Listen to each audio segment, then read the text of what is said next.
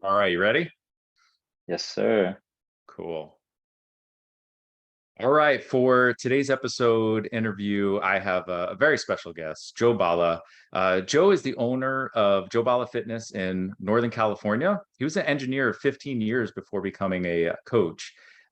He's currently a level two SGX coach, a ninja warrior, mental health warrior, and actually has his master's degree in exercise science and kinesiology. So, Coach Joe, thank you so much for coming on today. Thank you for having me. I appreciate it.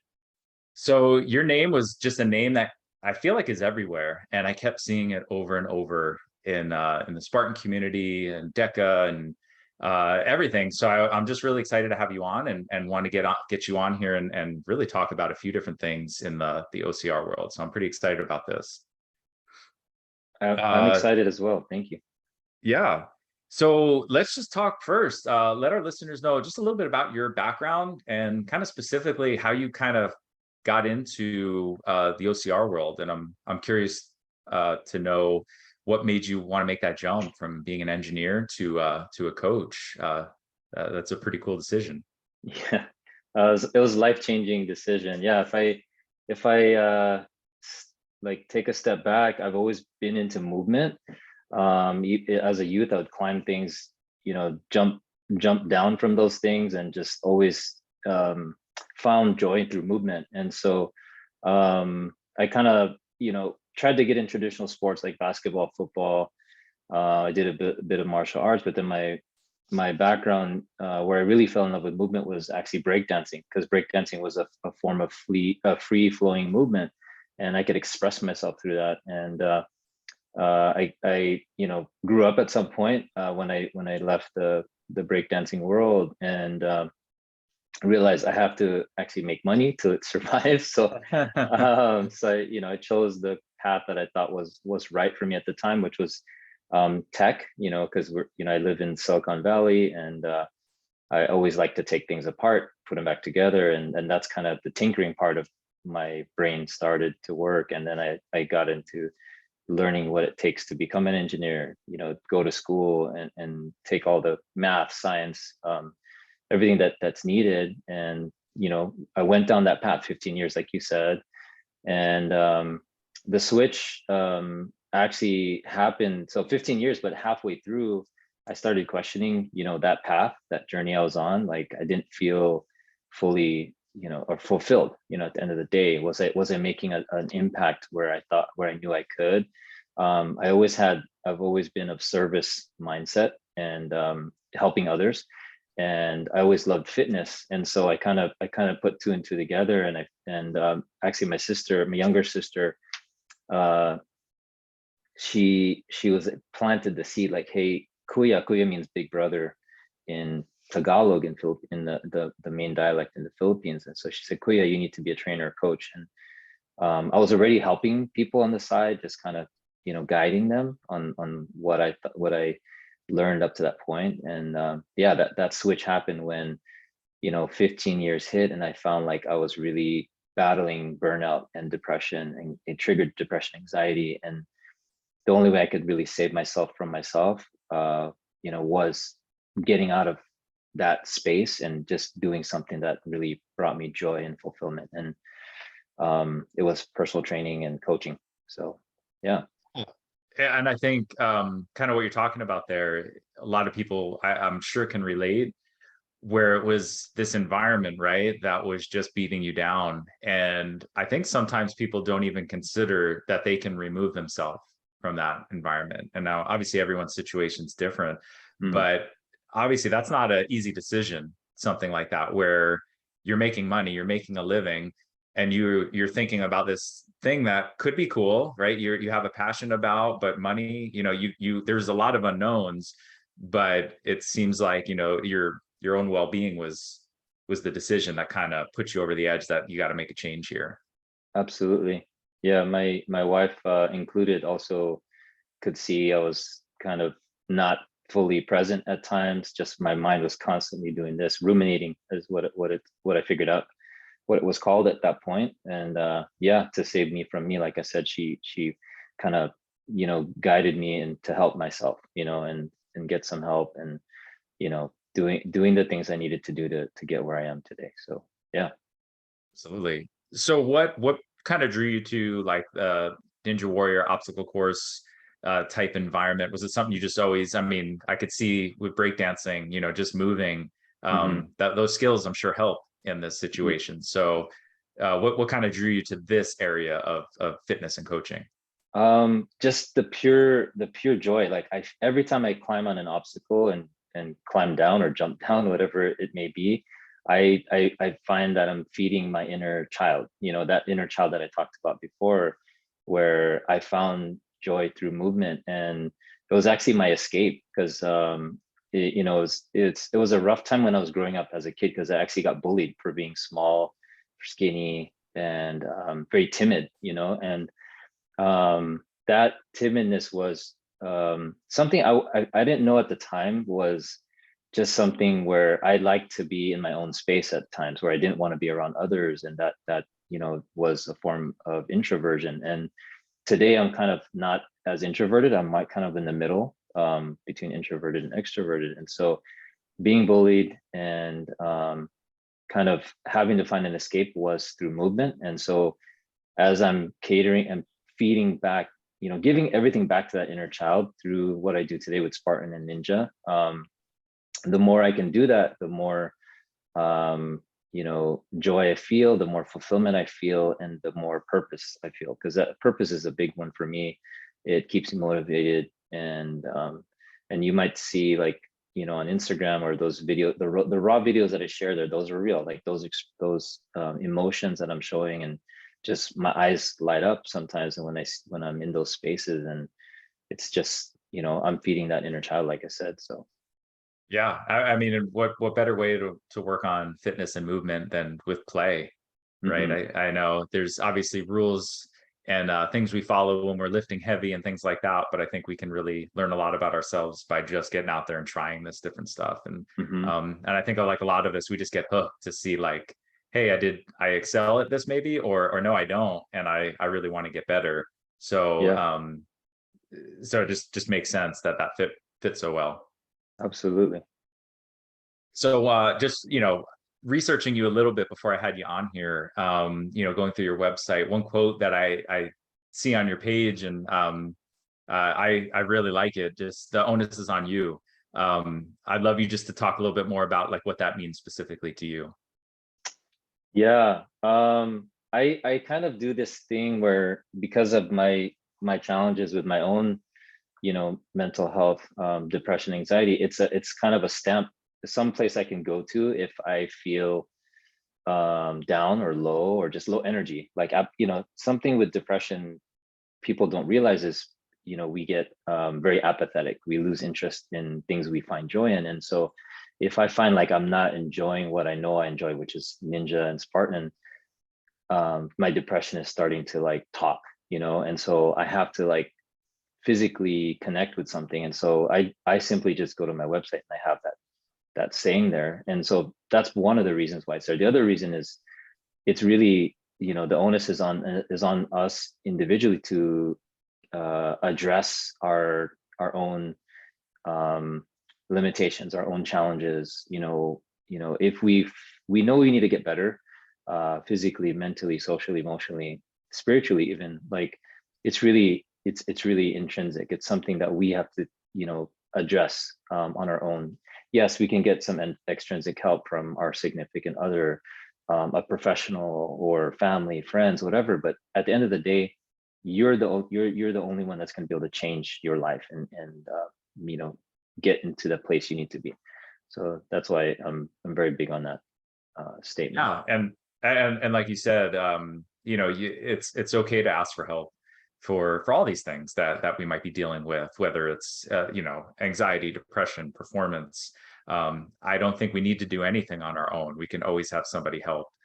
Mm, But I think that the key is, right, we have to initiate the conversation or the action. Like a coach will only do so much for you if you don't want to be there, yep. right? That shows, and you're not going to put in any effort. So it's kind of like that balance of we take that first step, and then people are just going to shape the path for us to follow. Right. Absolutely. Awesome.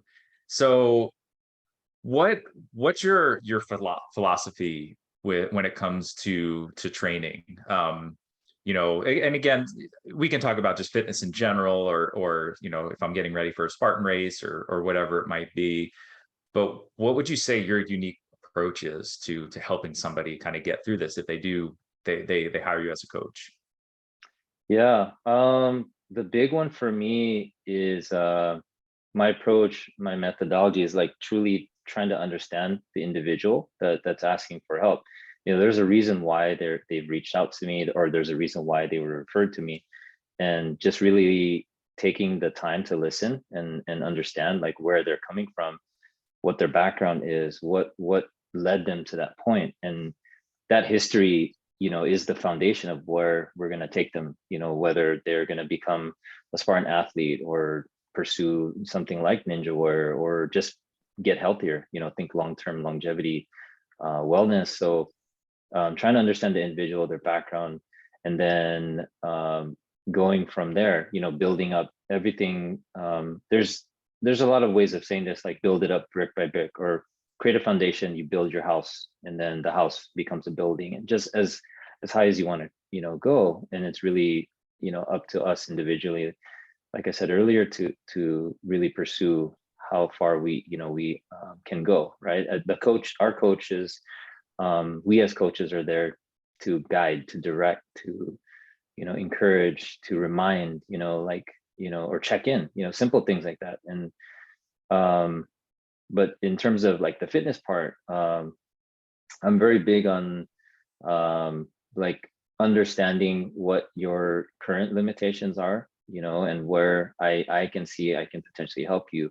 It might be something as simple as mobility, or there's a lot of people when we do these, assessments, like, can you reach overhead? And there's a lot of like limited range of motion.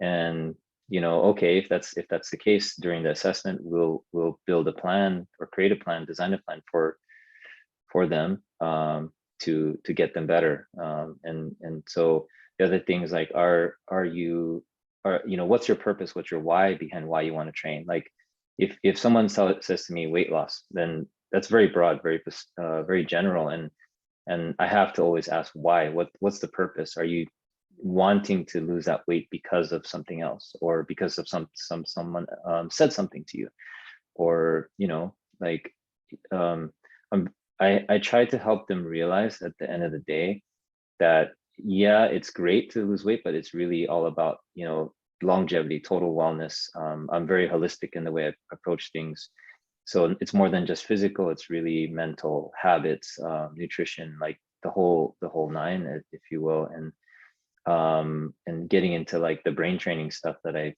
done recently, which I think we'll talk about today, I think is a big one. Like, being open to learning and growing, and understanding what tools are out there and how I can help best cater it to their needs. Absolutely. And I think a lot of people don't realize that sometimes when they hire a coach, it's not just the workout. Well, and maybe some coaches it is, but I think you can tell, when you get a good coach, that it's more than just this training piece. Like, sure, that's a part of it. We're gonna lift and work on mobility and strength and everything. But like, I think I couldn't agree more with motivation, where so many times they want this goal, and did they even know why they want that goal? Did somebody else plan it in their mind that they think they want this goal, or do they just not realize it? And it's like, because you know what, things are going to get hard, and you're going to want to stop and quit. And if the goal was just to lose a couple pounds, it's super easy to quit, right? Like, there's Yeah. nothing helping you stick to that. But when we understand, well, there's this bigger purpose behind, just, it's not really the weight, that's just a piece to this that's going to give you that fulfillment, versus like, okay, you lost the 10 pounds, but you still feel exactly the same as when you started. So Right. I think that's important for people to hear, that, right? We need to consider all these things, whether you're working with somebody or not. It's going to help you in the long run. Absolutely. uh, so, and maybe this is it, but what do you think the biggest mistake people run into, whether it's doing it on their own, or maybe they hired you and they're working with you, but where do you kind of see most people just continuing to make this one or two mistakes? Not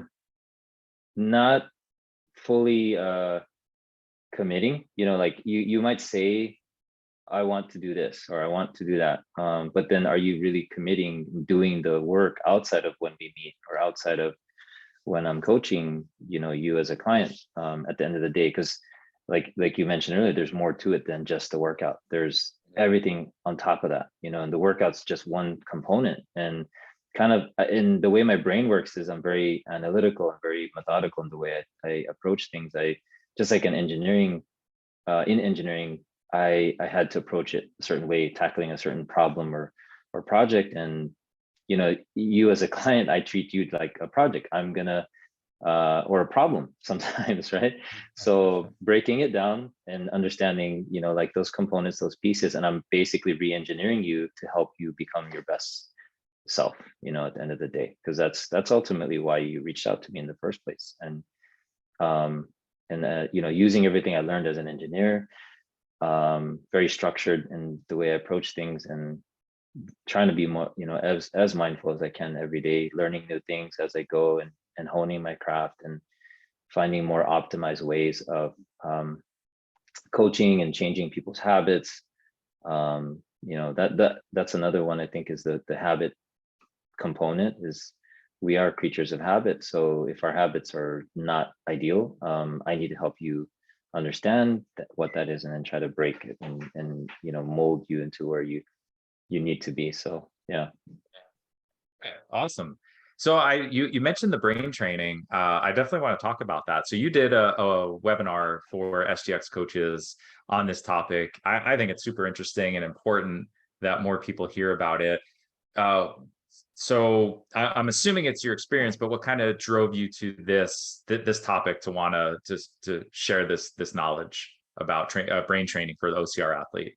Yeah. So me, again, thinking engineering, my engineering brain, how can I find tool? Because there are so many tools out there now, and especially in the fitness industry, that it's sometimes actually too overwhelming. So like I had to break down, myself as an athlete and as a coach, and figure out how could I better serve myself in terms of my athletic endeavors, but also my clients, right? So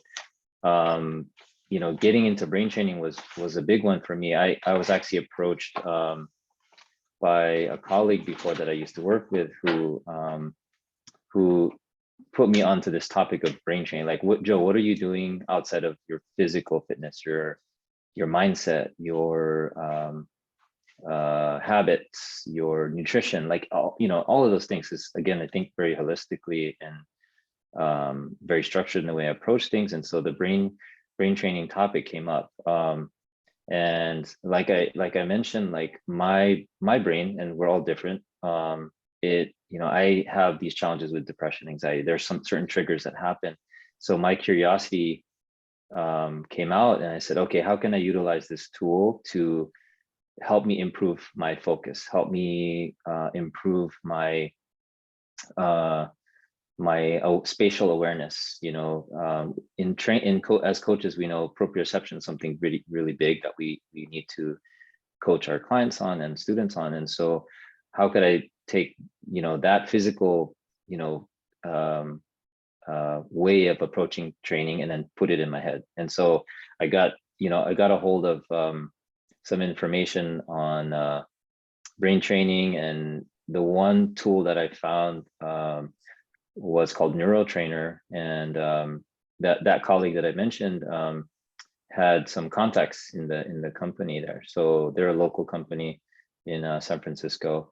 And so I was able to get a hold of a now it's called Meta Quest, I think, but before it was just called Quest, or Facebook. It was bought by Facebook, but it's basically a virtual headset.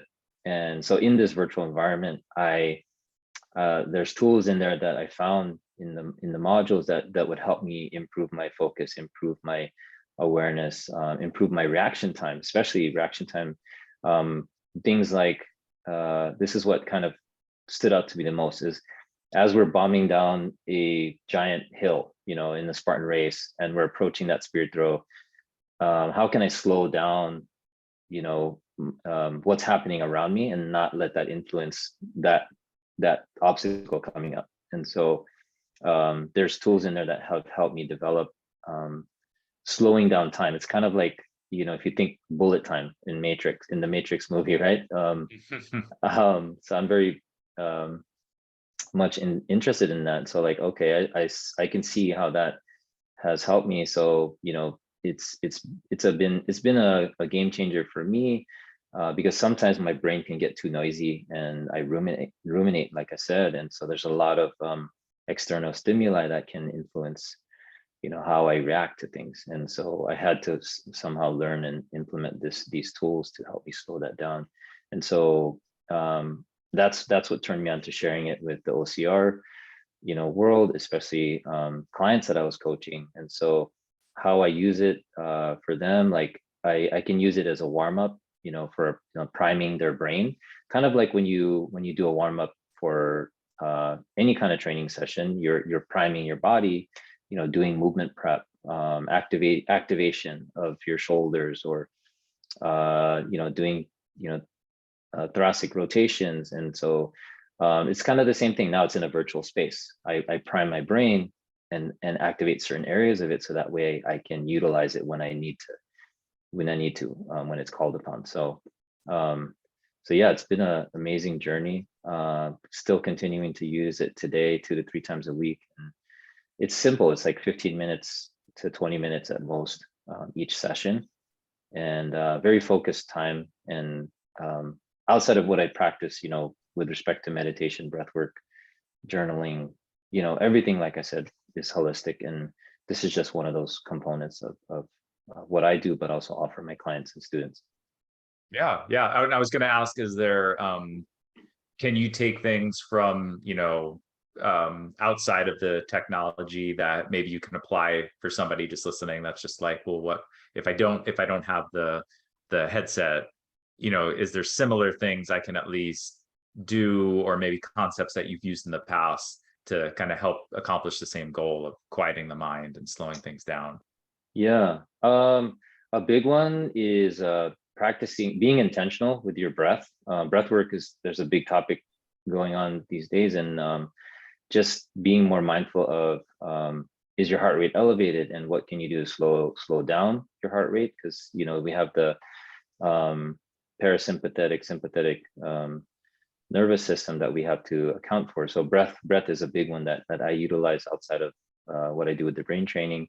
And then I throw in things like a simple tool like a lacrosse ball or a tennis ball, and I'll toss it at the wall, and I'll try to catch it with the opposite hand. And then just challenging my reaction time, challenging my ability to move and in awkward positions, because in Ninja we end up in a lot of awkward positions, and being able to react quick enough and be aware of where we are in space is critical. So you don't necessarily need a tool like a brain training device like I've been using and offered clients, but simple tools like like I mentioned, lacrosse ball, tennis ball, or even just a simple one like just today before we hopped on this call, I was doing lache training. So lache training is like I jumped up on a pull-up bar, and the other bar was like 6 to 7 feet away. And so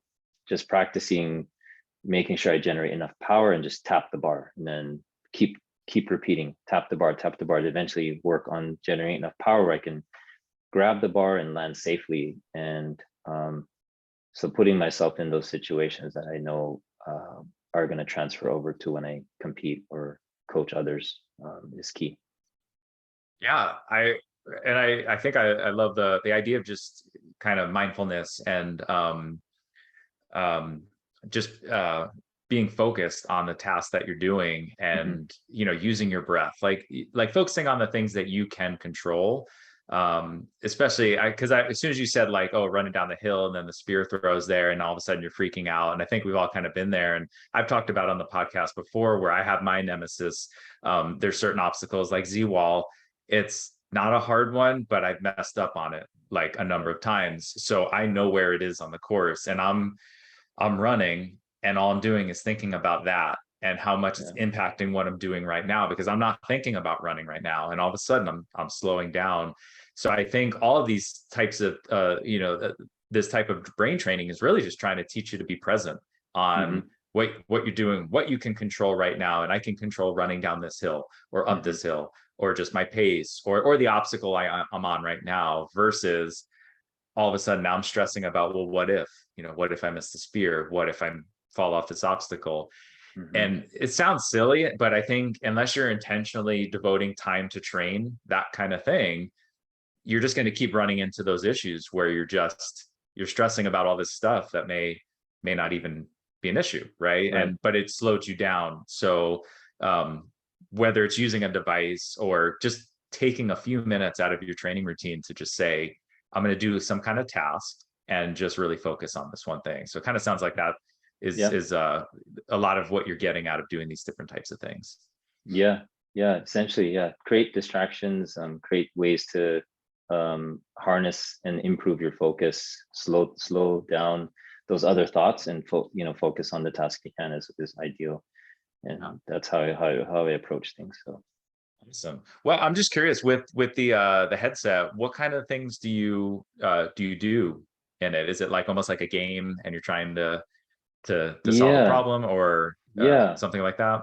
So a simple one is so you have you're in the virtual environment, and so you have these two paddles in your hands, and so they act like almost like table tennis, rackets, right? Or tennis rackets, right? And so you sometimes have situations where in this particular device, there's a robot on the side here, and then there's different colored objects in front of you, like a sphere, for example, and you have to watch the spheres and match up with which one is the same as the first one. So they pop one up, and then you have to match it to another one that probably pops up on the screen elsewhere. And so you have to be able to track what's happening in front of you, but also there's this robot over here that's coming in front of you, and then he'll launch something at you, like a ball or a device or even I forgot what it was actually called. I think it's like a fireball essentially, right? And so you have to like dodge, so you're tracking and trying to move out of the way and make sure your timing is on point. So it actually gives you a score. Your reaction time, your response time is what it tracks, and over time you'll see improvements in all of the above. And ultimately what you're either doing is, like I mentioned earlier, increasing your focus, or allowing yourself to get in the zone, basically. So once you're in the zone, and I'm sure you can appreciate this, if you play sports, anyone that's listening has played basketball, for example, there's a lot going on in a basketball game, and if you're the point guard, you got to be able to track who you're trying to get the ball to, also what's happening in front of you with respect to the defender, and what is the coach saying, because there's a lot going on, right? So being able to quell and quiet that noise and focus on what you're trying to do, which is score. If you're on the offense, it's kind of the same thing with what happens in a Spartan race or a Ninja Warrior event. Yeah, like especially some of the courses we see that are very technical, like downhill, uphill, Hmm. single track trail, where you really have to pay attention to a lot of stuff. Like, is somebody trying to pass you? Are you trying to pass somebody? Hmm. Is it all rocky? Is the ground moving a little bit? You kind of have to jump over things. And how many people, they go down because they're Yeah. just caught up and they're not paying attention to where their foot is, or maybe they're like, you know what, I'm going to walk because I just don't trust that I'm going to be able to go through this. So Yeah. it just, that mind body connection, I think we just keep hearing it come up over and over again, as any way you can work this into your training is only going to help you perform on the course there. Absolutely. Yeah, it's kind of the way I look at it is you find your flow on the course, and you get in the zone, find your flow. And I've had cases where I was at that, for example, Spartan Tahoe Beast, coming down that first, peak.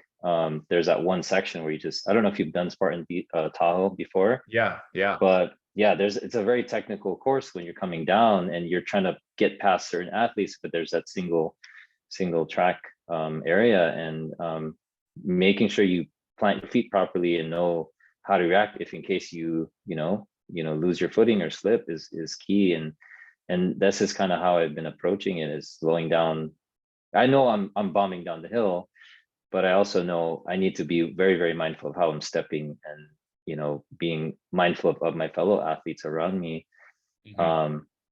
Because I'm just trying to get that to the next obstacle as fast as I can, right? So it's fun to see what I'm doing in training is translating to the actual courses that we're taking on out there. So Yeah, absolutely. It's just fun. There's just so many ways you can attack training for these kind of yeah. races. And I kind of think you need a little bit of every, I mean, I think that's what draws me to this sport so much is you need to be good at so many different things to Hmm. excel at it. You can't just be a power athlete. You can't just be an endurance runner. You need all these different factors. And there's so many ways. So if you're ever bored with training, there's no need to be, because there's so many cool things that you probably aren't implementing yet. And I think this is another awesome example of that. Yeah, absolutely. So I always love asking a couple quick questions for you to finish up here. What's your favorite course that you've run, whether it's Spartan or any other OCR? Let me see. Uh, let's see. For Spartan, I think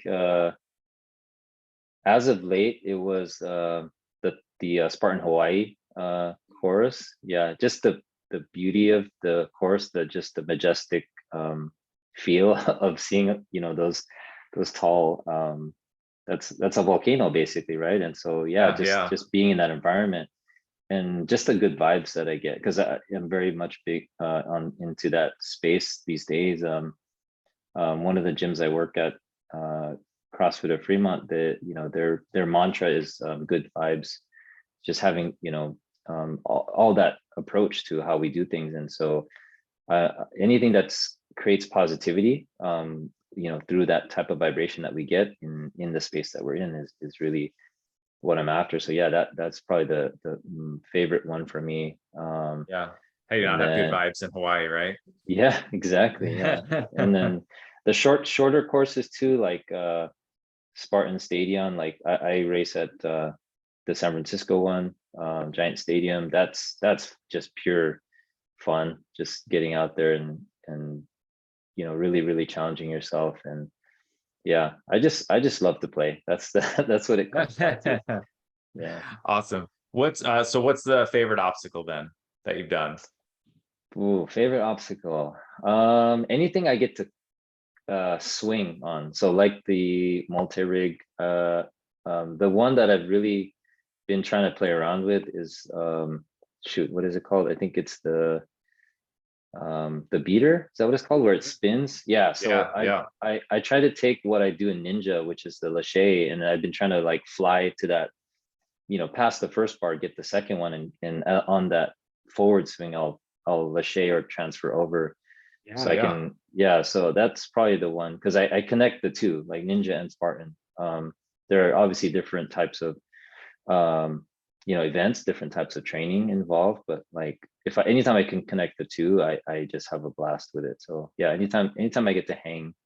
multi-rig is probably the other one I love. So Awesome. Awesome. How about at least, do you have a least favorite one? yeah. The least favorite, let's see, I think it's probably the box in the if you've seen it at the in the Spartan Beast races. Mhm. I think I figured it out mostly now, but yeah, initially that was like the one that I was like, okay, here we go. The first time I saw it, the first time I saw it was at a Spartan Tahoe. I think that was 2019. So my hands were like completely frozen, and I just Yeah. probably that's why I associate not liking Yeah. it, because I couldn't feel my hands. And Yeah, yeah. yeah, it's pretty, it can be, if you overthink it, it can be too challenging. So you just have to kind of, like I said, calm yourself, calm your nerves, and remember your training, and break down the obstacle, which is what we all need to do when we approach these obstacles. So Yeah, yeah. visualize yourself getting over and conquering it. So yeah. So what's if you don't mind sharing your strategy for it? Are you using the ropes? Um, What what have you discovered? Yeah. So I actually do a mix of what you do on the rope climb, and so I choose which one I feel like, depending on how I'm feeling as I get up to the box, which technique, if it's a J hook or an S wrap. But I basically pin the rope against the box, and I wedge. I create a wedge basically, and going, So I'm thinking of it in terms of mechanical advantage. So wedge, create a wedge, and then I have a point where there's enough tension on the rope, and I can just go through with my J hook or S wrap, and then once I have enough tension on the rope, I'll be able to reach over and grab the top bar, and then Yeah. I just muscle my way up there. Ideally, for most, we should actually utilize as many points of contact as possible. So get your leg over once you touch the bar, get your leg Mhm. over, and then you got 2 points of contact where you can pull yourself up. And Yeah. yeah, so that's kind of how I've tackled it, and it seems to work. I Yeah. have seen Yeah. people on course where they're cheating and they're tying two ropes together, Mm. or which I get, as a coach, I kind of go, so Yeah, it's a tough one. I mean, so I have a hard time with that one because I'm tall and I just jump up and I just treat it as a wall basically, and I jump up oh, and grab the bar, okay, which is great for me. But when I try and teach it to other people, I need to play on it more hmm, to come up with a good strategy, because what I do is not going to work for most people because they're not going to be able to reach that bar without using the ropes or something like that. So yeah, it's a tough one. I know that one gives a lot of people problems there. yeah. I actually taught it at the Spartan OS course, when you asked me to sub for you. Yeah, yeah. So the guys that I taught it to, they after once I showed them once, and they got it, and then they're like, "Thank Awesome. you, coach." Yeah, exactly. That's the So best.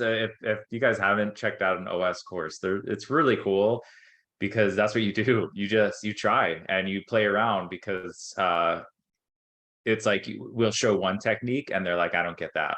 And it's like, okay, well, let's play around with it and let's find what will work for you. And mhm, then you have this huge advantage. Now, when you see it race day, you just step yeah, up to it and you just do what you practice.